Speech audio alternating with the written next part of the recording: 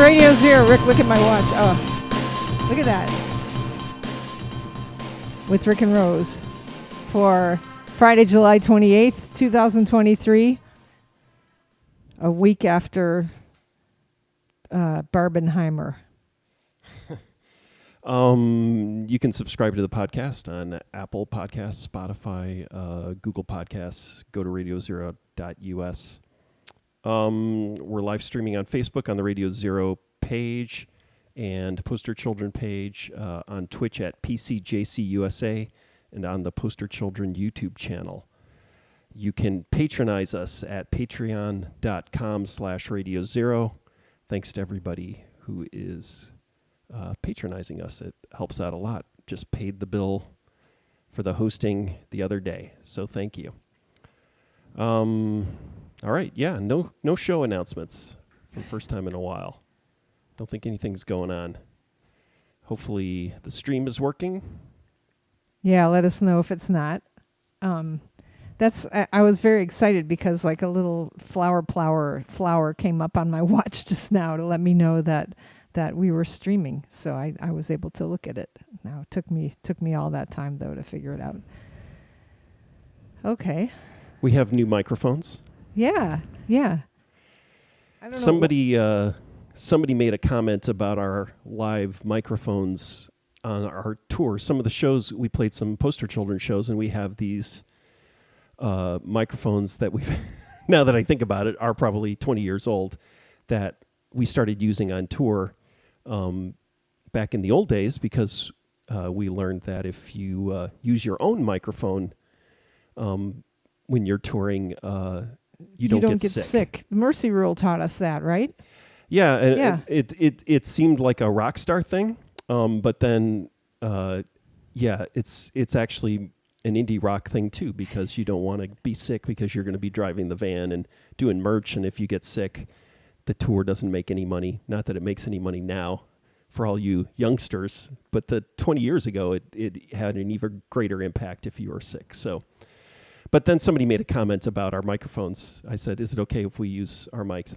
And the sound guy said, "Ooh, those are ancient."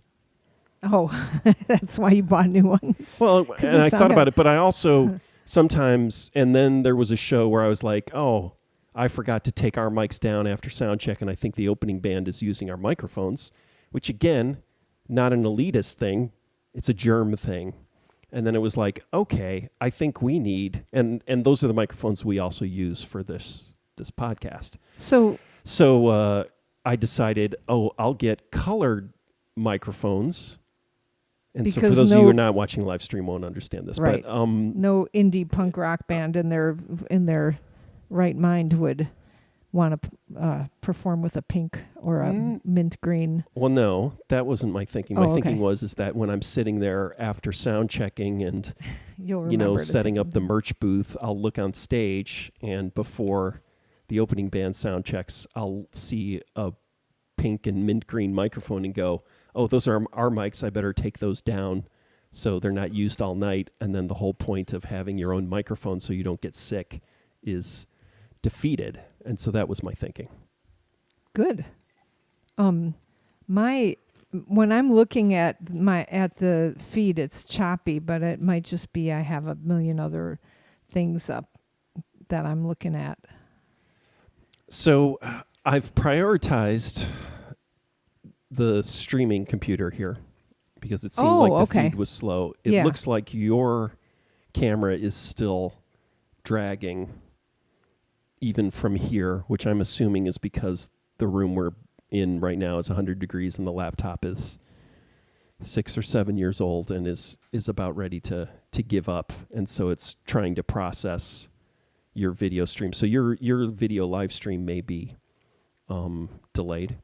Yeah, yours is a little choppy too, but so we had one comment already that was just Earl Frameth said that they could hear us loud and clear. So that's good. Yeah, so the audio I think will be fine, but the video may not, because I think that's happening at the source here. Okay, all right. Because of this poor laptop.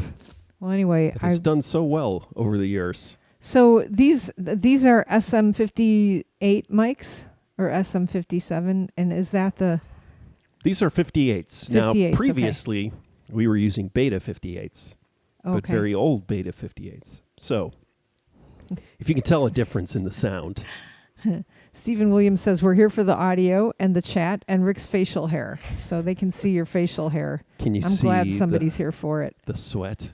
Yeah. We don't have air conditioning in this house, and it is over 95 or 100 degrees out. It's like around 95 degrees, but feels like 100 something. I should look. Oh, I don't have my phone here, so if anybody tries to call me, I won't be able to get it. Oh no. Hey, you don't know. Like sometimes there's an emergency. Mm-hmm. A WhatsApp emergency. So, okay. Well, I spent a week in Florida. My dad is 95 years old, years young, and he had what's called a TAVR operation, where they insert a catheter. They have two catheters they insert through your groin, and he had, you get a new aorta. They're able to do that, and he went in. They kept him overnight against probably everybody's wishes. No, then, I think for an operation like that, you're supposed to stay overnight. I think, but some people they actually send back that same day, I guess. Probably not 95-year-olds. I would hope not. Yeah. And so the next morning he was up. He was fine. He was. And by fine you mean? He was loudly directing. I don't know what happened, but he was calling us, telling us to pick him up, telling us what room he was in, and was going to meet us downstairs at the entrance of the hospital. What were you going to say? Because I feel like I need to talk delicately about this. Mm-hmm. I'm sure he's not listening, but no, it just sounded like he was a lot. He was a handful. He was a handful. One of the nurses said on a scale of 10, he was a 10 out of 10. So, at least she didn't say 11, right? Yeah, because that would have been a nurse that would think outside the box. At least she didn't say 11. Yes, she said 10. Yes. I mean, he just, I don't know, is that what's going to happen with us when we get old? We're going to just that's what's going to happen? Like we're going to be belligerent and mean? I don't know. If you listen to this podcast, I think there's a whole bunch of complaining already. I guess it's just, it starts happening closer and closer to the moment, right? And then at some point it crosses over where instead of waiting to complain and yell at people about what happened, you do that in the moment as opposed to when you get home or on the drive home or, years later. Yeah. So that maybe that, so that'll probably happen. Less it's just procrastination. you lose the filter saying, you know what, I'm gonna complain about this person when they're not here. I'm gonna complain about this person behind their back rather than in the room with them loudly while they're trying to insert an IV into my arm. Yeah, who knows? Right? I mean, I can't. I'm not saying that's what your I dad have did, but no I'm saying idea that's what went wrong. Yeah, like the nightmare scenario for every nurse dealing with a person over 80 is in that Florida. In Florida. Yeah, I mean they've got to be used to it. I go out to dinner with them, and I can't believe the way they treat. They treat the waitstaff differently than we would, I think. And the waitstaff are just like, oh, honey. They're so nice to them. Everybody loves my parents down there. They love them, which is awesome. So anyway, he made it through. I can't believe it. I'm so happy. I'm happy. I can't. It's like I always would talk to him about, if anybody's read my book knows that I talk to him about everything and I hear his voice in my head all the time and stuff, right? But I can't really talk to him about this stuff. It's like, I don't know how to. It's like he doesn't want to talk about any surgery anything. or Just about doesn't want to talk, to us really. Being nice to nurses or just anything. I mean, he was pretty quiet, and then and he's got all his marbles, all of them, maybe even more marbles, and. Everybody left, and I was there just watching him for a while, the day after the surgery, and when he was home, and he's made his own breakfast. He makes all his own food.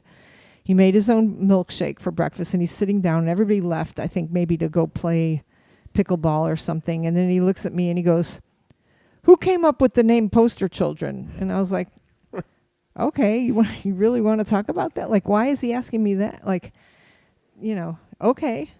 And then I told him, the answer to that, and which is probably not in the book. Who knows? And then I was trying to figure out what he might like to watch on a screen, 'cause he doesn't even really watch screens that much. And so I spent some time. Well, he does sit about sits 30 feet away from the TV. It's an open plan place, and he's all the way in the farthest corner away from where the TV is in the main living area. That's where all his painting supplies are set up. And he paints like, you wouldn't believe the stuff that he paints. Really, really detailed, beautiful things. He's got so many paintings now. He doesn't have a man cave. He's got a man corner. Yeah, because they don't have caves in those houses, like in Florida. So, but his paintings are amazing.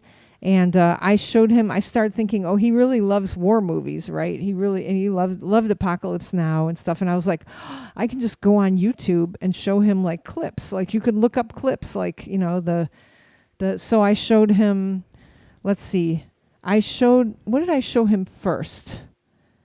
I showed him, the Dennis Hopper scene, with the boat arriving. I'm an American, that because he remembers Dennis Hopper. I showed him the Martin Sheen punch in the mirror scene, Saigon shit, that like at the beginning of the movie. Then I explained to him about what I find fascinating is you want to show him war movies, but you're showing the parts that aren't the war parts. I know. Yeah, I know. But and so then I had to explain to him about Hearts of Darkness, and he was excited about that. That's the what is it called? The documentary, the making of, and then my favorite part, the Martin Sheen part of that. And I showed him, 1917, the scene with the guy running, like he really liked that.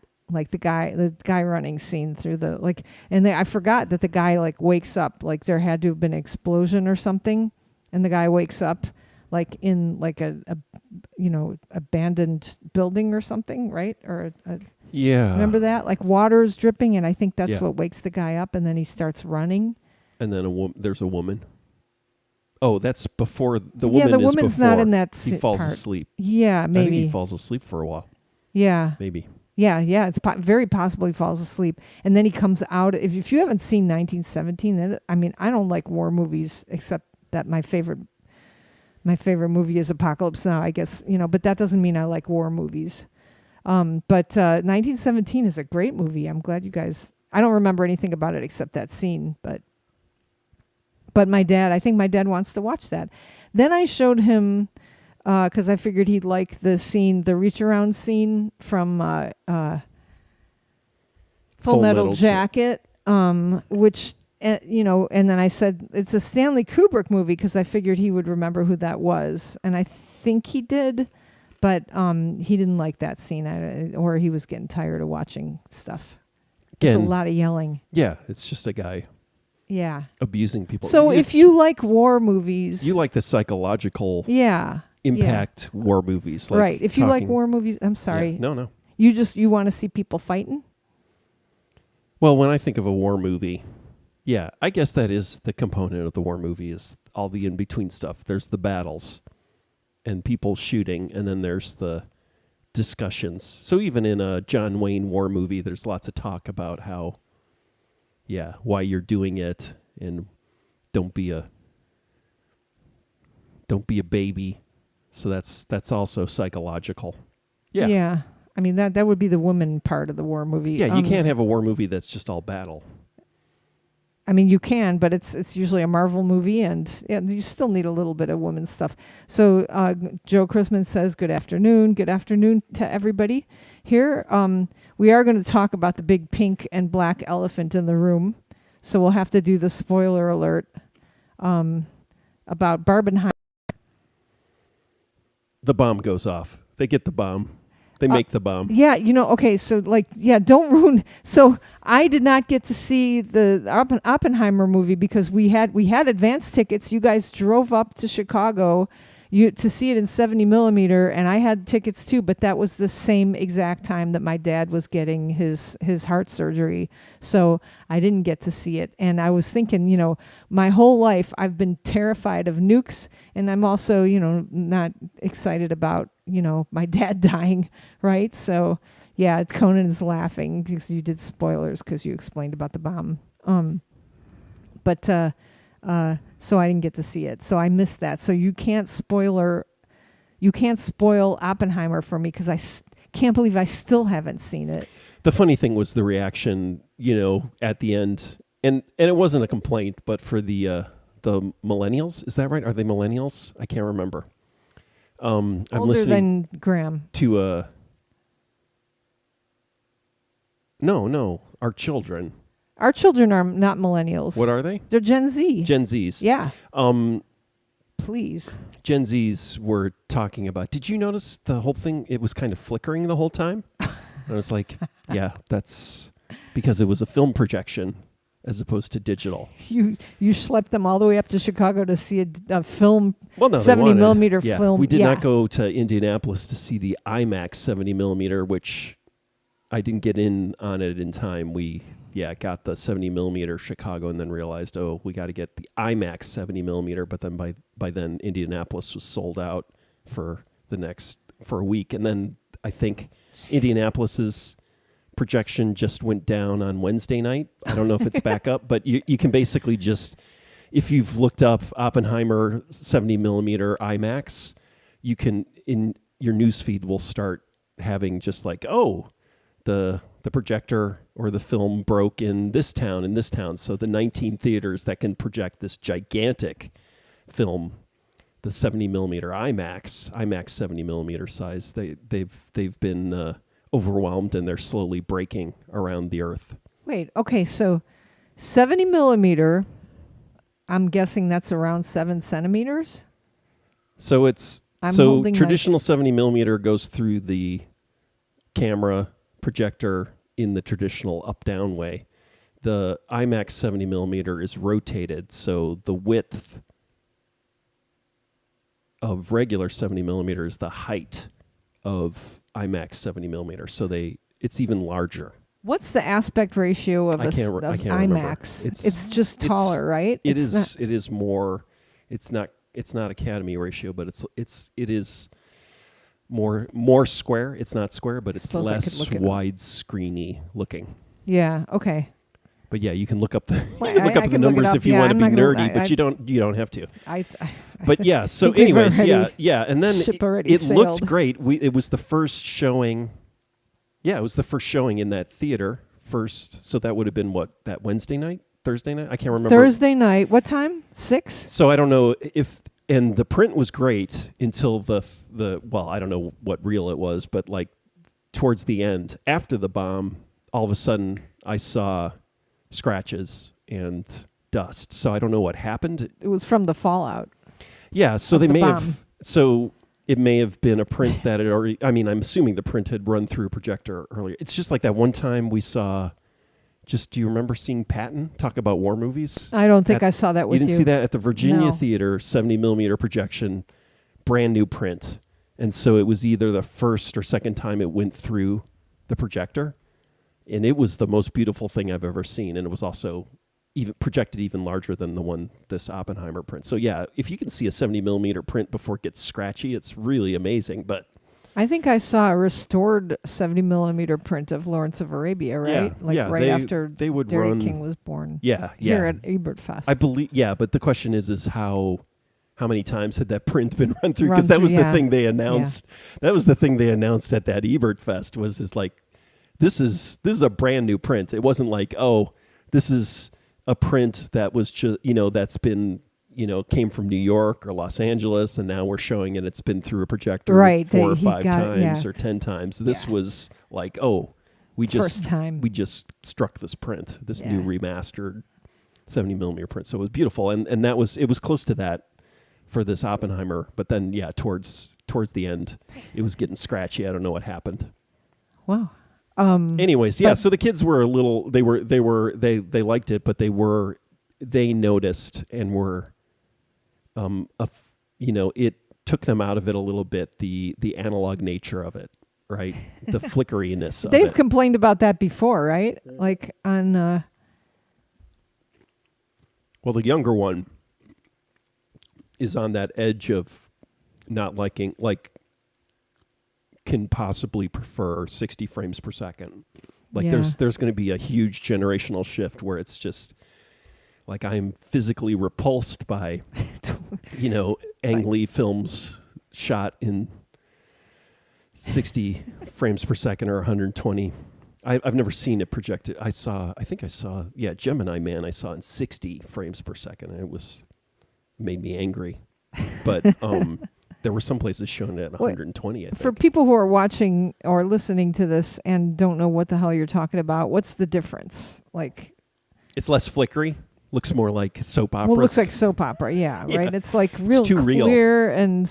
Yeah, it's just like digital and analog tape. It's like, your analog recordings sound... warm and punchy. Yeah, good in quotes because there's a bunch of sort of analog... I don't know. Artifacts. The sound is, artifacts that have been imparted on it that make it... And so everything you've listened to and you think is good... has that from, pre-19. Well, actually, yeah, it could, I think, what is that? That Peter Gabriel Security record, the fourth record is already digital. There are a lot of digital records from the early 80s. But anyways, yeah, you can start hearing the difference because it's too accurate. And that's the same thing with, So thankfully, the Barbie movie we did not see that in 70 millimeter or on IMAX because it was offered in neither, and so it looked good to everybody. Actually, I was noticing the 24 frames per second. I'm starting to notice with modern films that have a lot of digital effects. So that Barbie film, there's a lot going on. They're messing with the picture a lot. There was a part with the dancing that I was like, this is a Bollywood production now. Yeah. Like there was a shout out to Bollywood. There's a shout out to... Well, you could argue, it's just musical and dancing. And yeah, but I don't know. It felt more like, I don't know. Yeah, maybe like... You're right, though. Yeah, because it wasn't really... There wasn't a lot of plot. Yeah, but that's just like a movie musical. Yeah. I don't know, just like it was shaped in a V too, and I haven't seen a lot of Bollywood movies, but we did have that one period where we were watching a lot. Michael Markowski says hello. Good afternoon, he says. And it's probably not afternoon for him right now, right? Because he's in Hawaii. Oh, no, it would be. Maybe it's morning for you, Mike. I don't know.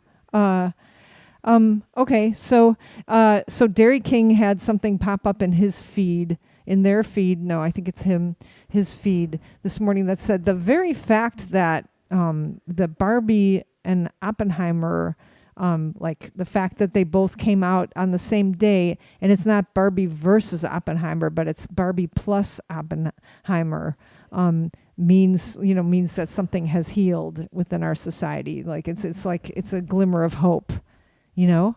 That's a beautiful way of twisting the marketing that went on. It's just that they... Well, yeah, they could have been like, Mike says it's 11:53 there. It's just the marketing's changed, the marketing strategy. They changed marketing strategy. So it is old school versus new school, right? So they made... go on. No, sorry. Yeah, you go ahead. If they made the marketing a plus instead of a versus, then that still means that they chose to do that because they thought it would play better. And so that's what Tom Cruise did with Mission Impossible, was like he was old school. It's a competition. Can you move your movies? Can I have IMAX for a couple more weeks? That kind of thing, like with the windows and everything like that. And this is, they took a different tact and it worked. Because obviously, you know what? I mean, I think it is different audiences, right, for the film. But then they actually probably got crossovers. Yeah. Because of the marketing. They actually improved the attendance for both films by putting them together as opposed to making them competitive, because I don't think they were competitive anyways. They were competing with each other anyways, even though we saw both, right? Well, you didn't, but we, our family spent money on both films. So, and we're going to spend more money on it because we're going to go see Oppenheimer again, and I'm for sure going to see the Barbie movie again. So you liked the Barbie movie? Yeah, it was fine. Well, that's a lot coming from you. What did you like about it? Can you talk a little bit? I didn't dislike it. I mean, I don't know. I think it's so because I'm jaded and old. I think what feels like advancement is actually co-opting.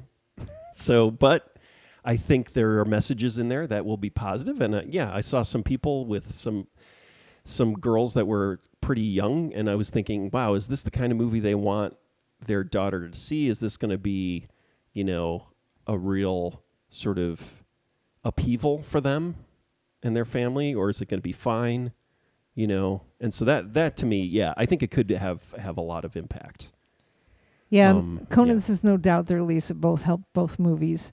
I think and we went into this without, we already knew what was going to happen. We weren't like, what, the Barbie movie? It's a deep movie. It's not just a shout. Like, we already knew what was going on, right? So we weren't like surprised or anything. Like, oh, it's right. But there are people, I've talked to people who are like, what do you mean? It's live action and it's good? That's actually, I had a thought about this. So I've thought about things like the Lego movie. So what it is so the Lego movie, and there's been this tension. So I think actually with the Lego movie guys, the problem they had with Solo, right? They got fired from Solo because they were trying to move, I think, not that they haven't done real world, narrative productions with real people, but it's kind of transferring that comic book or toy reality, and then, or not transforming it, using it to talk about social issues, right? And the world and these bigger ideas. With the Barbie movie, it's moving it farther away from, because it's using humans as opposed to dolls or animated characters, right? It's shifting that aesthetic over, right? And that method. And so that's what's weird about it for me, because it's this middle ground between the real world and this sort of more kind of constructed world that's being used as a way of, talking about the real world, right? Yeah. So I guess the question is that when it bleeds over, does that actually work? And does it, like, I can see it working through the Lego perspective, right? Because it's through that filter, and then the real world happens, and you have the kid at the end. Because one of the kids was just watching it the other day, so I watched that transition in the Lego movie, but it happened at the end where it went back into the real world, and then you saw the connections, right? Right. Whereas this is much more sort of extreme, but then, I'm not sure if that's an effective way. I guess I just like serious reality movies. And so I'm wondering, but I understand that maybe this is a pathway for change and to enlighten people. Well, I hope it is. I mean, I'm actually going to talk about ReggieCon that happens at ISU now. Like, when I first heard about this is like, they are addressing race, like EDI, equity, diversity, and inclusion, using pop culture, using comics. So that's what when I first heard about this, and your colleague, our colleague, who I can't remember his name now, runs that. But when he first told me about it, I was like, wait, what? And he's like, yeah. So you have students actually discussing. It's a safe place to discuss. Exactly. You talk about oh my God, what's the Marvel movie with the black guy in it? Black Panther. Thank you. Like Black Panther, right? They can talk about like just not just what happens in the movie, but like all of the reaction of the audience around it and stuff like that. So it is a safe way to address these problems because people are talking about like. I understand that. Yeah. I understand that 90s, 80s analysis or perspective of entertainment and especially comic books and then film, right? My question is that does that actually work, right? And so I think it does. I think I think back. I mean, when I watched that film. It's a stupid reference, I guess, in a way. But when I watched Ragtime, again, I saw Ragtime when it came out, so I must have been like 12 or 13 or 14. And as I was watching it, I started feeling like, wow, I think this film affected my view of race and power and class in America. I think that film kind of, because everything about it was like, oh, the injustice, and then that idea of, oh, just let it go, don't fight back, don't blow up a fire station because these guys were racist assholes, and that discussion, and then also the tragedy of it and everything about it. It was like, oh, wow, I think that film really did affect my moral view of the world. And then it's like, okay, these films do have a huge, powerful impact at a certain age. Yeah. And so, I could see, yes. Yeah. Yes. It being effective. Joe says my video is frozen. Oh yeah, it is. Yeah. Sorry. I'm not going to do anything to it because that's. Yeah, that's where things go wrong. Joe Chrisman also says, my girls and Allison went to Barbie and he went to Chicago to see the original Blue Meanies reunite after 27 years. He's happy with his choice. Barbie is still playing, Joe, and I'd be happy to take you to it and watch you squirm. Our kids, both, like our 14-year-old boy said that Barbie was much harder hitting than Oppenheimer, and Derek King agreed. Yeah. So definitely, I think Barbie was a better attempt to struggle, or did a better job of working out these complex social issues than Oppenheimer. My opinion of Oppenheimer, great, beautifully shot story of this guy, but I don't think it got onto a disturbing Lawrence of Arabia level where it's just like, wow, war, why do we kill? Like, I don't think it got to that, sort of really impactful, like, questioning, which it should, I think. And they did. There were moments in Oppenheimer where you're just like, and I think I talked to my brother about it. He was just, we were both like, there was a moment where it's just like, oh shit, this hits, where you realize after the kind of victory, and then it's like the impact of it, and they had a little bit of that. But we were both like, I don't know, they could have pushed a little harder. Like there's an opportunity to really, really sort of turn the knife, I guess you would say. Whereas Barbie, I feel like, they were turning the knife a lot. The whole there was time a lot of knife turning. Yeah. So that's why you would squirm, Joe Chrisman. He's like, why would I squirm?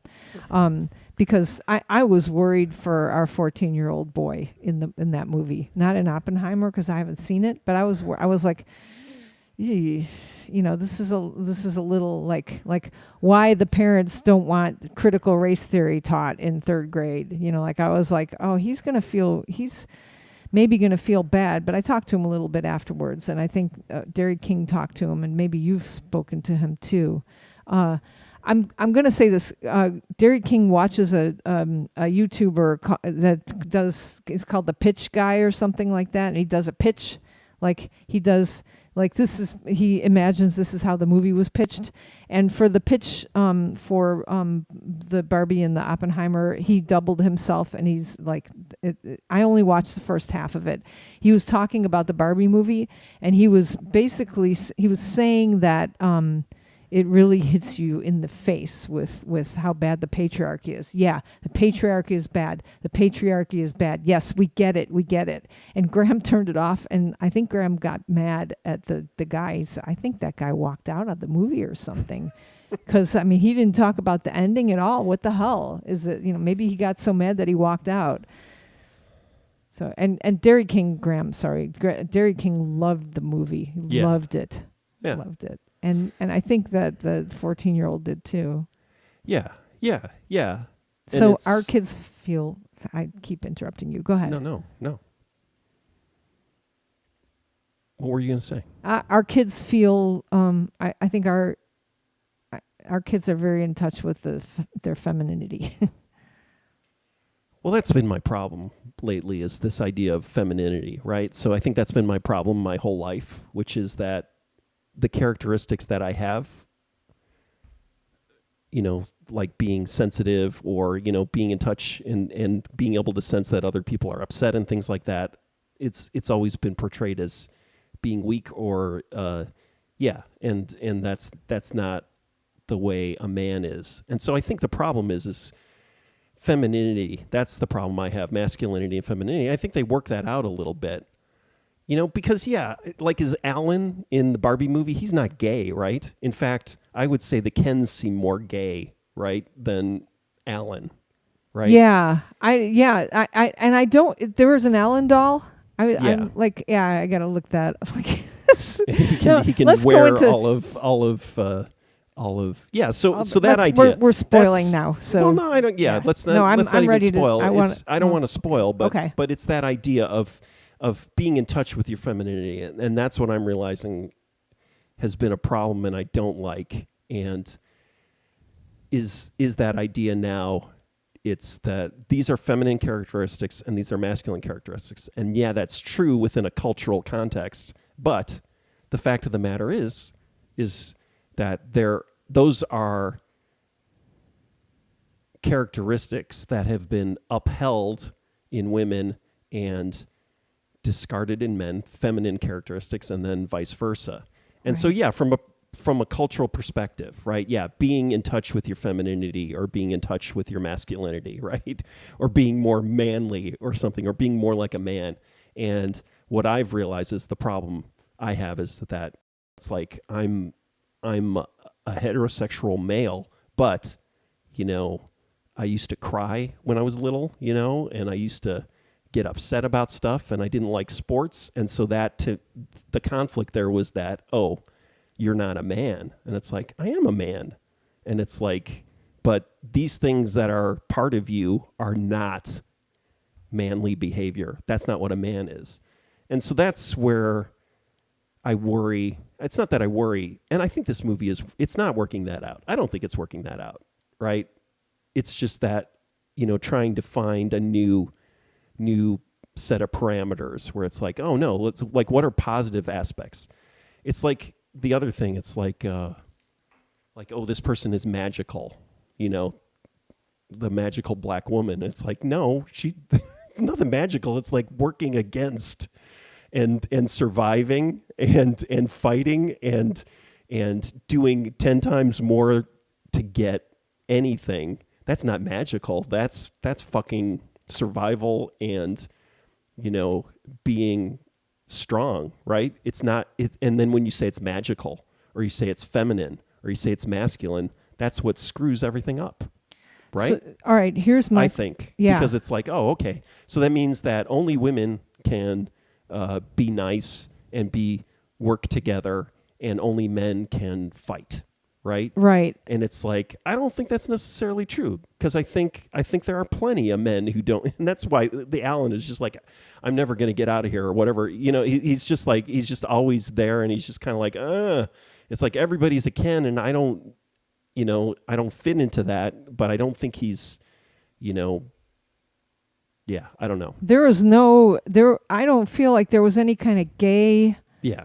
Like there was no sex in the movie at all, which, okay, here's a contrast, because, and I know that I have not seen Oppenheimer, but I know that the I am become death quote that I know that he said, that's, from the Bhagavad Gita, I've somehow, even though I've avoided almost all reading about it, I know that during a sex scene.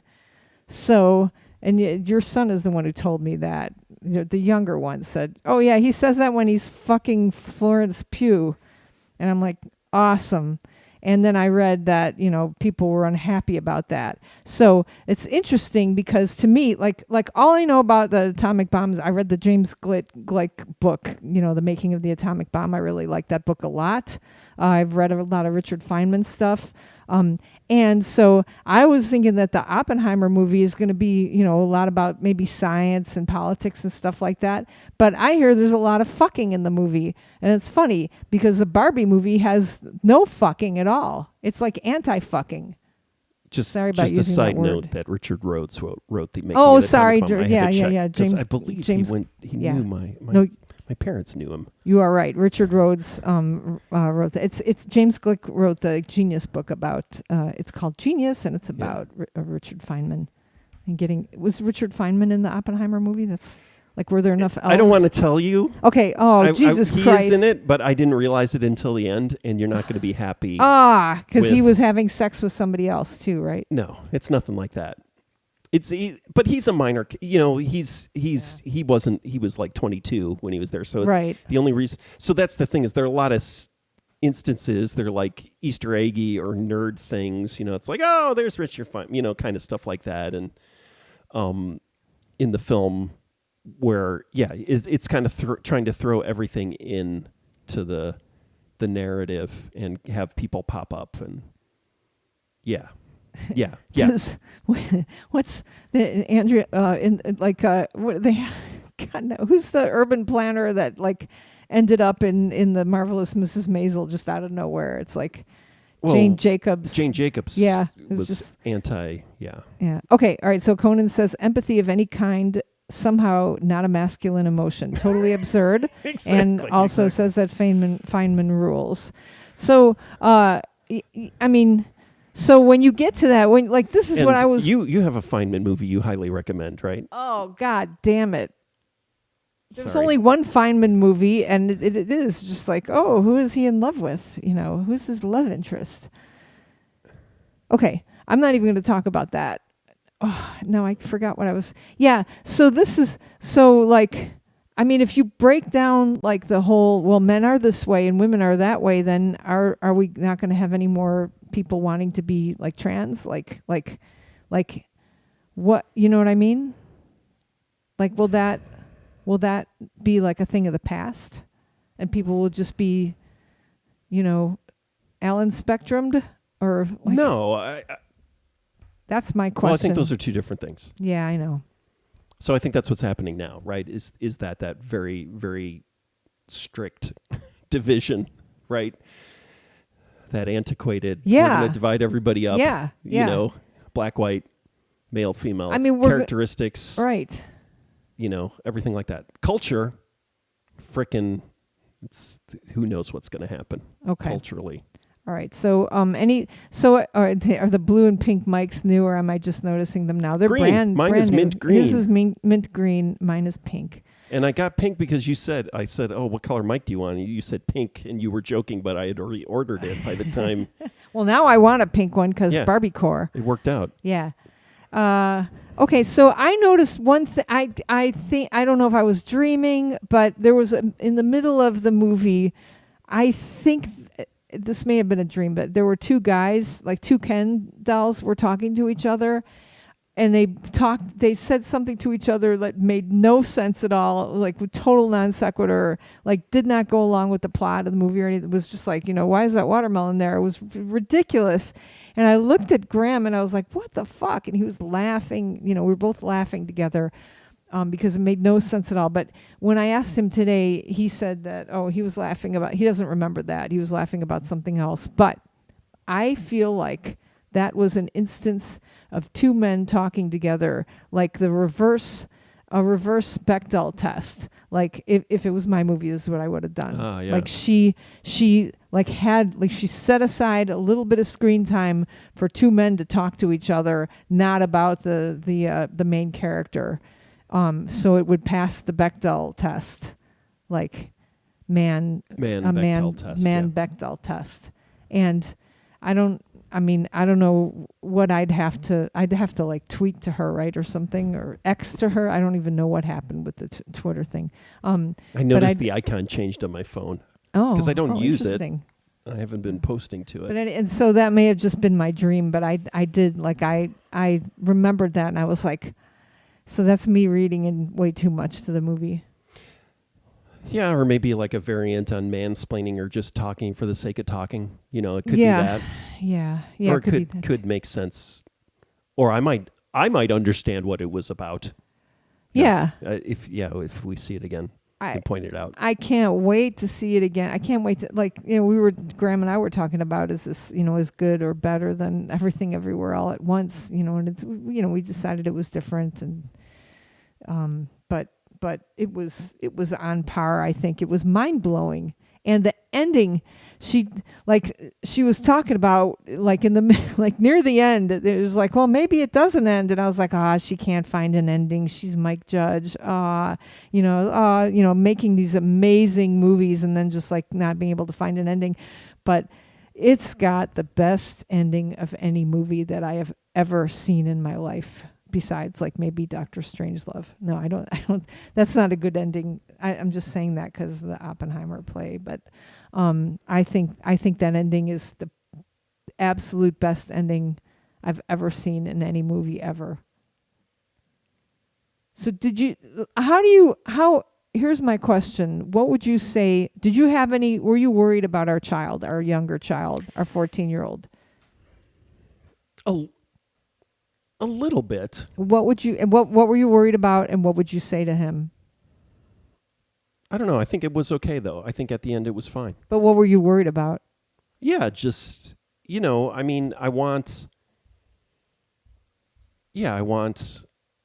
don't want those super restrictive gender stereotypes or masculine, feminine stereotypes, what's male and what's female stereotypes to be. I want it to be more open. I don't want it to be just simply cartoony and basic. But I think they did a good job.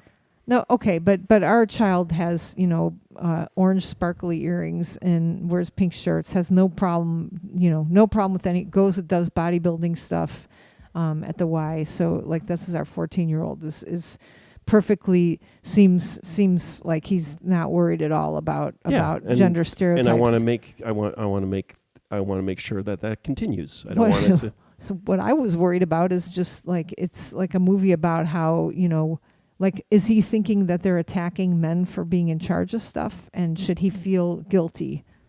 Sure, why not? I mean, the patriarchy is a real thing. I mean, this is what I always talk about. It's just kind of like, oh, boo-hoo.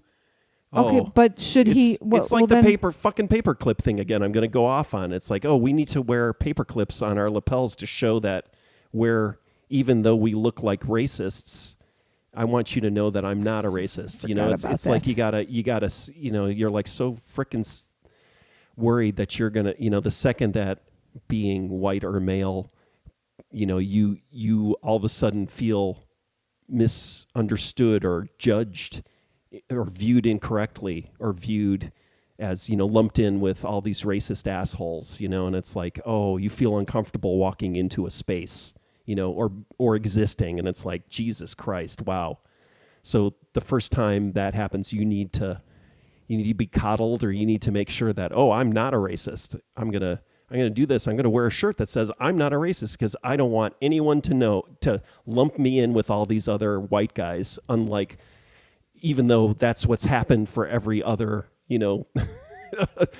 oppressed, not even minority, right? It's just oppressed group in the world. It's like, oh, I'm going to look at you and put you in a box and everything like that. But the second it happens to white men, and it's like, oh, I'm worried about them, or it's, oh, they're going to feel bad. And it's like, wow, that's the world, that's the world you built. And now you're getting a little bit of it. And it's like, you can't even handle that. How do you fight for women to be equal as a man, as a young child, as a you know what I mean? How do you I mean, yeah, I don't know. Be more, try to bypass those built-in cultural prejudices, right? And try to be aware of them, and but try you could to still try to be class president and stuff, or should you give that Sure. to a woman? You know, Well, should you move over and let a woman be that? I don't know. Should you not try? I don't know if you shouldn't try, but yeah. That's what I worry about, you know, for like, you know. But the thing is, there's so many reasons why people don't get something anyways, right? So it's entirely, if it was all men running for class president, someone's going to lose also. Am I saying that that's, so if it's all men running, that's not a problem? No, that's a problem, I guess, or could be. Yeah, I understand what you're saying. I don't know. I live in a world, for me, I just hate it. I hate it when stupid people get ahead and get to talk and get to waste my time and get to make decisions and get positions of power. I mean, I'm more about, oh, is this person actually, you know, worthy of this? And I don't know, I've got a screw loose where it was just like, oh, this guy's an asshole. It's, you know, instead of like, oh, this is a good guy, you know, or this is a guy, so he's better, you know. I didn't get programmed that way, or I'm not programmed that way. So I spent a lot of time being frustrated with, you know, white men, because there are too many of them and too many, you know, it's like, why the hell is this guy telling me what to do or talking and wasting my time, you know, and why is everyone listening? You know, that kind of situation, I feel like it's been my whole life. And as a white man, it's just like, okay, that's just, you know, something, I've got a screw loose, or, you know, by the construct of that, the culture I was brought up in, it's like, oh no, you're supposed to be this way. But it was like, oh, these guys are all assholes, you know? The guys who are being uplifted are all assholes, it seemed like to me. So that's, I don't know. Okay. So maybe that's just the way I was. And so that personality type, or that ability to be, you know, questioning and criticizing and critical of, you know, people and expecting them to prove themselves or to be better, you know, or, you know, in some more quantifiable way. I don't know. That's just the way I am. But maybe that'll change. Maybe the world will be more about that. I don't think it will be, though, unfortunately. Right? I have another question. Okay. Who's the Mattel head? The head of Mattel? Will what's his name? Yeah, I forgot his name. That guy. So he came about, like, I saw him first. I feel like I saw Will Ferrell. Yes, thank you. I feel like I saw him first. I'm asking you because I didn't know his name. I saw him first in the Lego Movie. Yeah, so he's kind of representing that same thing. Yeah, that really upset me. Couldn't they get anybody else? Why did they have to choose Will Ferrell? Well, this is why you have stars, is their shorthand. And he's good at doing that and playing that kind of, and somehow it's weird. He's weird because he's not, it is a little different. I mean, he is kind of, so, yeah, I think it would spoil the movie. But he says, so that's the thing, is the kind of more open-minded, and I'm sure this is kind of almost a Hollywood critique, right? Is that idea of the open-minded man who's running the company, and the it's all men, but they love women and they support women, and they want to help women, and they want to support projects that uplift women and everything like that. And so he's still, yeah. It was beautiful, that part too. The whole movie was amazing. And see, my problem is it's all capitalism. Oh, you don't like, good. Yeah. No, but yeah. I do have a firm belief, and I think I always say this too. It's the Blues Brothers thing, which, yeah, Blues Brothers now, I feel like it's a highly problematic movie, but I think it did more to give Nazis a bad name, you know, culturally continue that than all the years of them, like, living in Chicago. And it's just like, why are there Nazis marching across the street from my grandmother's apartment in this park and everything like that. And like, why is this happening and why is this going on? But it's like that one little bit in, Blues Brothers where he says, I fucking hate Illinois Nazis. I think that gave us another 20 years, right, of no Nazis. And unfortunately, I guess we didn't have a good enough, like what American History X didn't do a good job. Apparently made white supremacy too appealing, right? And didn't solve that problem. So maybe the kind of stuff I'm talking about, right, more complex, mature films talking about people. These issues and showing these epiphanies and showing how someone grows and changes, and it's really heavy and overpowering. Those don't work. It's got to be these cultural sledgehammers, and when you can get them through, it's a good thing. So yeah, I'm just an elitist. I'm a snob. I want there to be I'm the whole, I was totally into pop culture and how it, was appropriate to study and everything like that. It's just I've gotten really weary of it because I feel like sometimes it's been co-opted, right? So all that stuff about comic books, like you were saying, is like, I think that applied in the 80s and 90s. Now, I think that the monstrosity that is Marvel, right, is not a powerful cultural force for change. I think it's a powerful cultural or a financial instrument or tool, right? Yeah, I mean, I think that's what it is, and so that's why you're not getting. But the Barbie movie, it's doing that, and maybe it'll change things. And that was the thing, is the Barney movie. Either it's a prank or it's a reality. The Barney movie is going to be, pretty intense about, hashing out that idea of all the messages that Barney, transmits about love. And there's a Barney movie? Supposedly there's a Barney movie in development, but it's going to be about the darker side of that. It's like, the real reality of the world, which I guess is what Barbie is about too, right? So we'll see. Maybe these films will help change our world. Yeah, maybe. I think our world is changing, though. I think that's the thing. Is I don't think Barbie will help with the change, but it is part of the change, right? And it's good that a huge commercial thing is part of the change. Yeah. So hopefully, a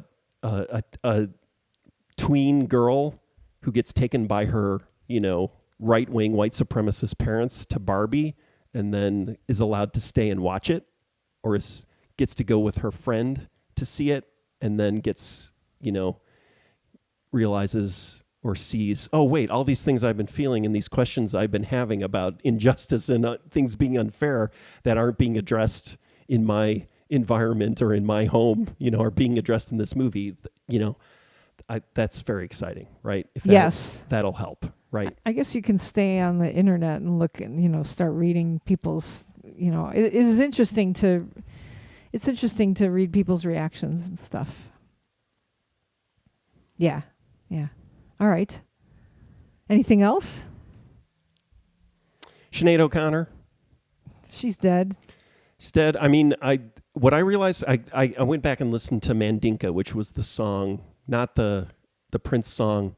So I have a lot of conflicted things about her, none of which are involved politics. Well, the conflicted thing was, when it was like she tore up that picture of the Pope, and I'm like, yeah, and then it's like, oh, she's Satan, and the Pope is not, and then it's like 20 years later or however much longer, it's like, oh yeah, the Catholic Church as an institution, not anything about spiritual faith, but this institution and the terrible things that it enabled and allowed to happen and suppressed from being publicized. It's like, yeah, she was right.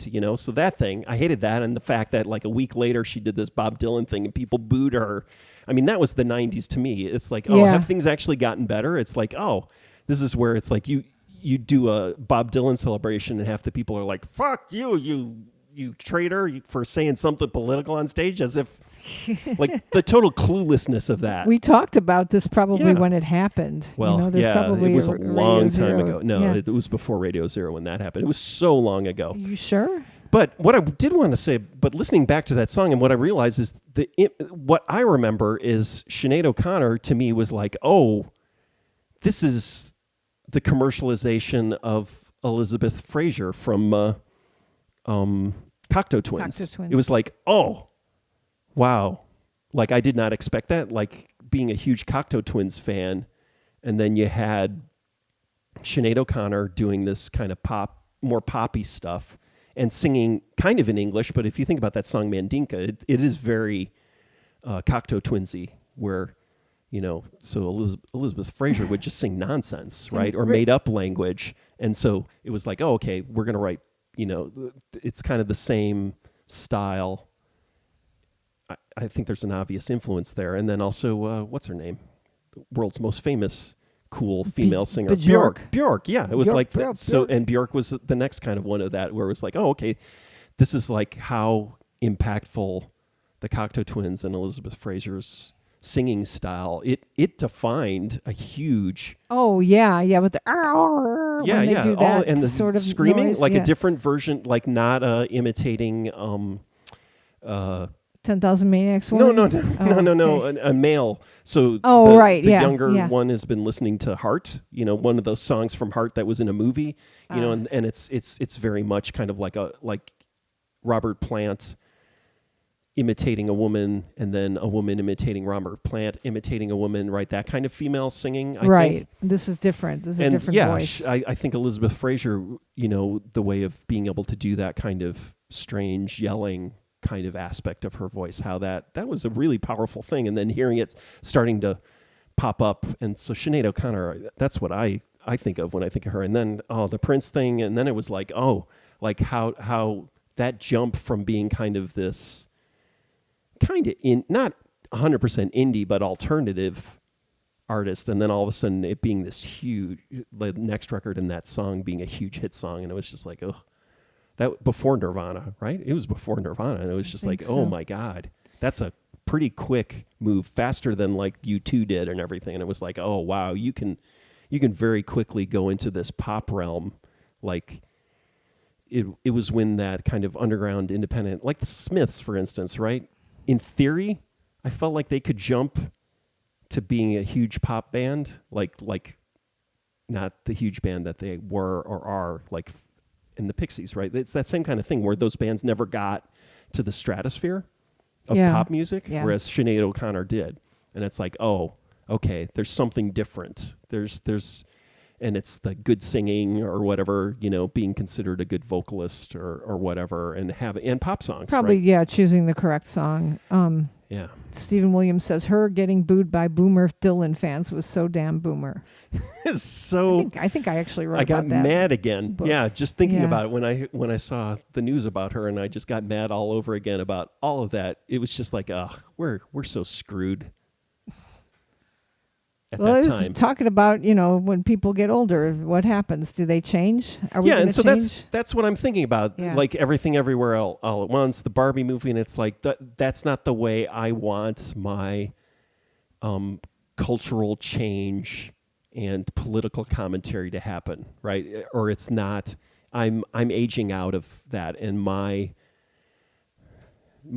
aesthetic is not in line, and so I just need to, and I understand. It's like, okay, I understand, and it's good to have a kid, right? And so you see what they, gravitate towards, and teach many kids. But it's also, it's like watching a Christopher Nolan movie, and it's just like, oh, this is, old white dude. It's such an old-fashioned form of filmmaking to the point, where Oppenheimer, it was just like, oh, Jesus, like this is, like you got so stuck in that era.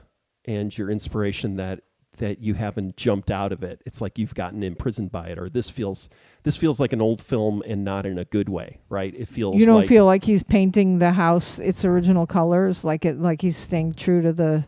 I think he might be, yeah. So, but that's what we do with our house. Our house is of a certain time, and Yeah. then you would honor that Right. aesthetic of that time.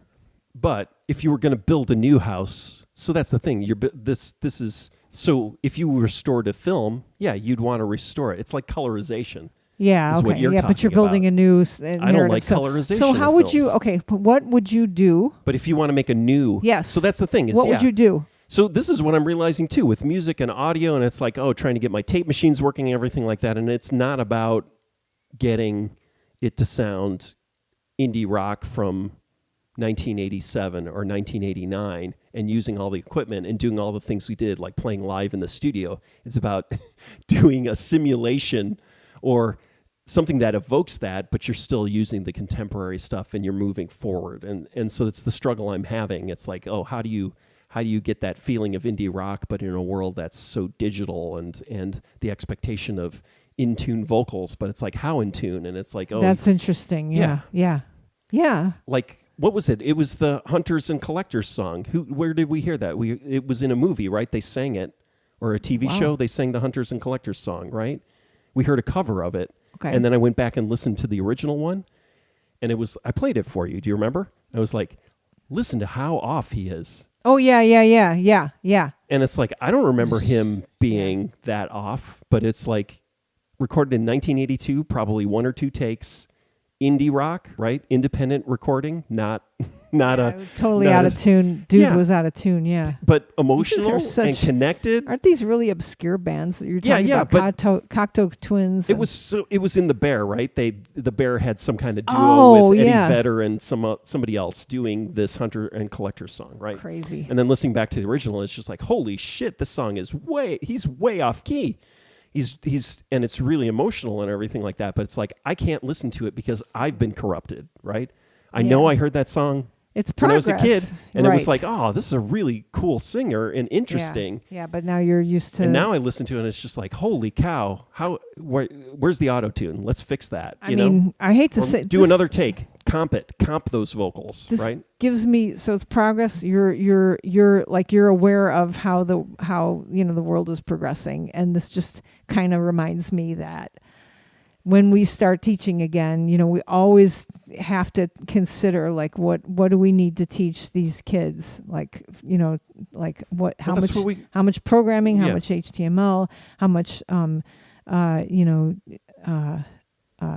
how high level, low level, high level. Well, it's what we always say is we're teaching the concepts, not the software. So it's the same thing. It's kind of like what do you need conceptually to survive? Exactly. As a problem solver. Exactly. Yeah. It's nice. And I don't understand why it should be up to us to figure out if all of there are going to be any jobs for anyone. For me, that's my worry. Is like I don't see where there are any jobs in the future. But it's exciting because that means either we'll kill everyone will kill each other in order to reduce the number of people on the planet, or we'll figure something else out to keep everyone alive. That's nice, Rick. See, yeah, that's nice because I just talked myself into another apocalypse. See, it took longer this time. I talked myself into the apocalypse. It took an hour and 10 minutes. I think it'll be more like a wonderful amusement park, like WALL-E. The beginning of WALL-E. Yeah. Like where we all get to drink whatever sodas we want all the time. Okay. Anything else? No. Sorry. Downer.